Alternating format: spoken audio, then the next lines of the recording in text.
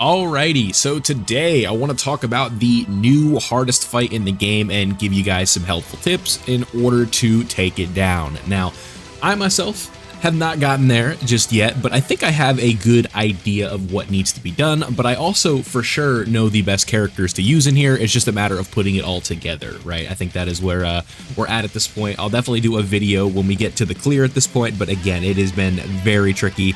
They did a bang up job with saying that it was going to be the hardest fight and actually delivering. This is for sure the hardest fight in the game in terms of just the overall time investment, right? You're going to be hard pressed to find an event that takes more time, or like, it just doesn't exist. I don't know why I'm saying it. You'd be hard pressed. You just can't, right? This is far and away the longest event in the game. So I want to help you guys in terms of what characters you should be using. Now, the team setup is pretty easy and simple to follow. Right now, there is a meta team that people are using, and I think that I would be in agreement with that the sentiment that seems to be the way to go. So the leader that you want to run for this team is going to be AGL Vegeta, or Gogeta, excuse me. Vegeta, Goku that fuse into Gogeta. Now, you want to run this guy as a leader because he is going to give you the best overall leader skill buff for the entire team, because you have to consider the year 7s in your team building process, right? This guy is going to be the best lead for you just because of that, because 8 Tech Vegito is going to fit on this, 7 years are going to fit on this, and everything's going to kind of work out that way, right? That's why you want to make sure that you are using this lead in specific. So make sure that you are doing that. This guy is going to be one of your rotation units, in my opinion, unless you want to float him off and stack, or like focus somebody.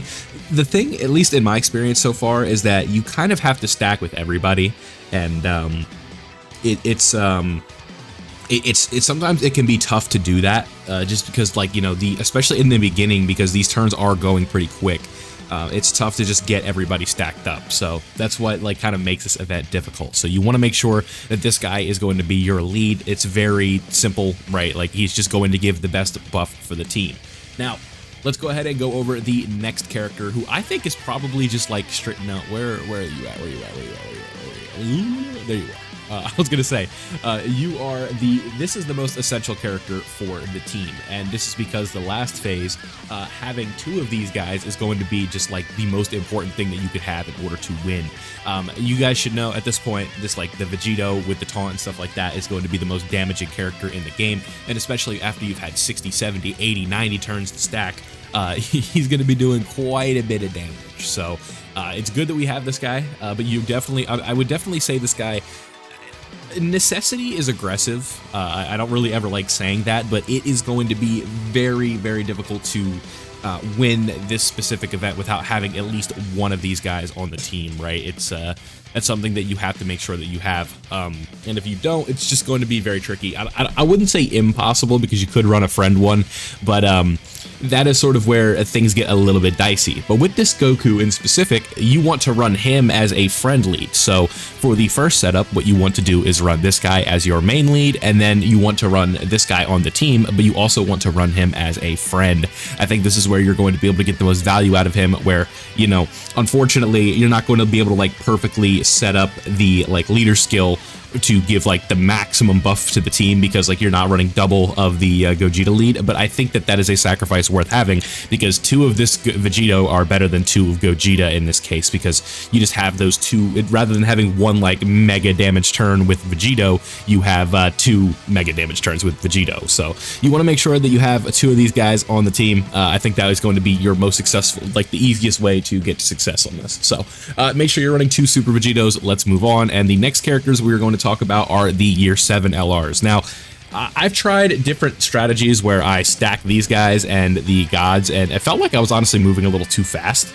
but I'm not sure at this point. It is a very, very tricky sort of setup. You guys kind of understand that this is going to be one of the stacking characters that you want to have on the team for sure, because it makes things so much easier when you have like security with slot 1 and stuff like that in terms of defense. This is going to work out pretty well for you overall for the run, I think. And the same thing could be said about the LR gods, right? These guys are going to be extremely valuable when you stack them up, and then when you transform, really the main value aside from just the insane stats that they put out is that Gogeta has a scouter, so you can start doing like the scouter tech. You can find where you know, the supers are and stuff like that whenever you need to. That's going to be very helpful.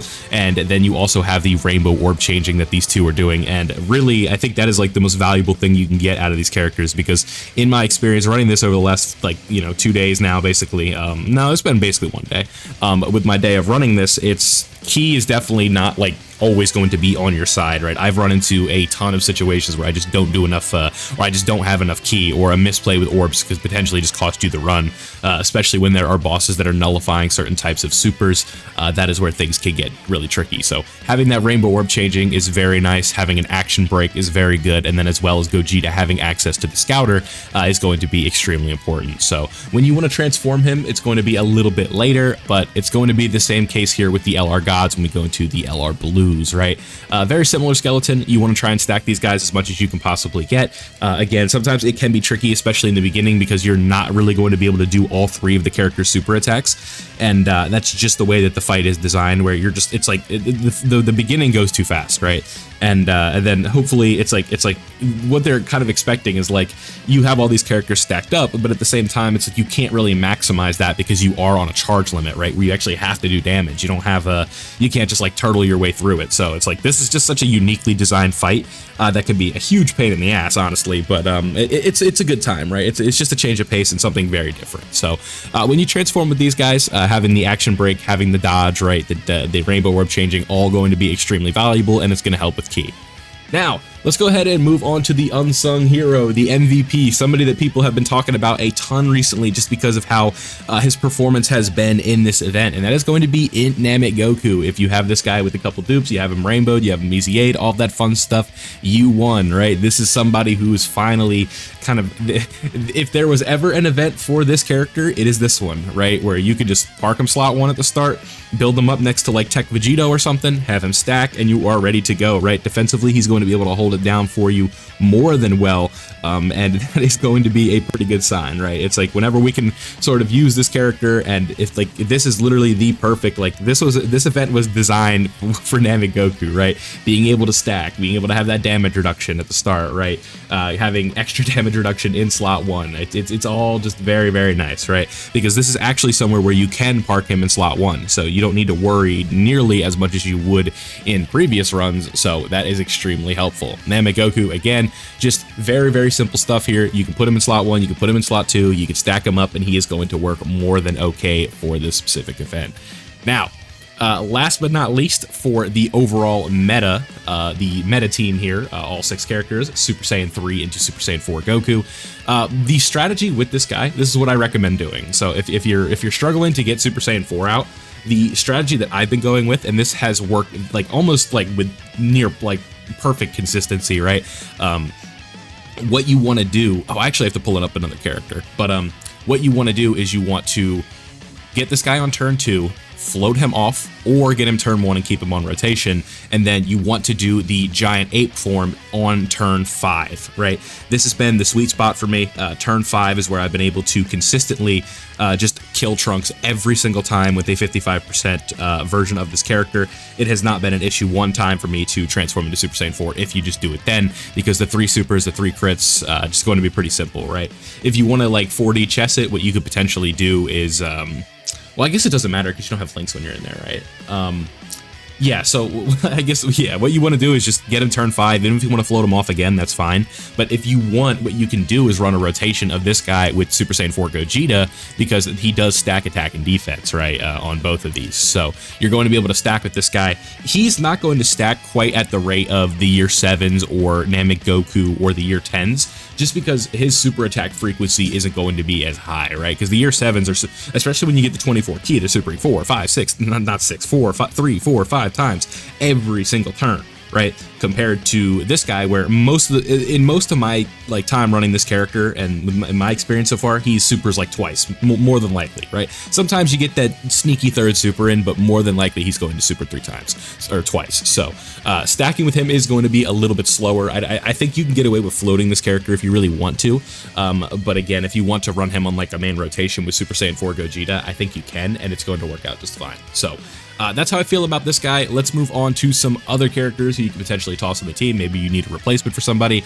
But this next character, I don't think a ton of people are going to have, but we can at least talk about him, and that is Namek Vegeta. Yes, Namek Vegeta, right? Just kind of a funny character here on the super attack. He does greatly raise his attack and stacks defense, so this is just a fun little stacking character that you can potentially use, and he actually does work on the team, believe it or not. So that is just kind of a funny thing here. Figured I would at least mention him in this video, so that way you guys, I'm at least giving you the information, right? If you're a Namek Vegeta fan, you've been a shooter for this character, this is now your time. He actually does work pretty well in this event in specific. And then last but not least, we can't go with a stacking video without at least mentioning Tech Ultimate Gohan. Where this guy's going to be a little bit tricky though, is you can't really run him under the Gogeta lead. So you would have to run the sort of other one, right? So he is, where are we at? I don't even know where you'd run him. He's on the, nah, actually, he's not on that one, huh? Because he's not on Earth Protecting Heroes. He failed to protect Earth. Where you would run this guy is going to be a little bit tricky, but I guess it's more just for the meme. Because again, you're not going to be able to run him under the Gogeta lead. So this guy is like a desperate last-ditch option if you just are not running a meta team here. But the character that you know what, just scratch him off the list. The next character I want to talk about is on Pure Saiyans. I forgot to talk about him. Some of you guys love sticking up for this unit, and I don't blame you. Where is he? Where the hell is he? Did I go past him? Yo, Tech Vegeta, where you at, dog? I'm looking for Tech Vegeta. Where is he? There he is. Okay, so Tech Vegeta, right? Will this work? Yeah, there we go. Okay, so this guy is also a stacking character, right? We go into Super Saiyan Vegeta, and we are going to be able to greatly... Where is it? It's... Oh my god, I don't know. TBH, I don't know how to use this character. I just know that he's good in here. That's me just being brutally honest. Where is your stacking, my friend? Here it is. You stack in base, excuse me, and then you transform with it. Okay, my bad. So this character is going to work pretty well, right? Because he's a pure Saiyan. You can just toss him on the year 10 team and you should be good to go. So those are some of the best characters in the game for this. Right now, this team is this event is extremely like raw. People are still trying to figure out like strats and cheeses for it and stuff like that. I have seen one clear with the Glorio team, but I'm not going to recommend that one just because I don't know exactly what the strategy would be for it. So good luck if you are trying to go for the clear, but that is just some advice that I wanted to give you in case you did need it. So let me know how far you've done. Have you beat the event yet? I haven't beaten it myself, but I'm getting there. Let me know what team you're using, all that fun stuff in the comment section below. Leave a like if you did enjoy, subscribe if you were new, and I'll see you all in the next one.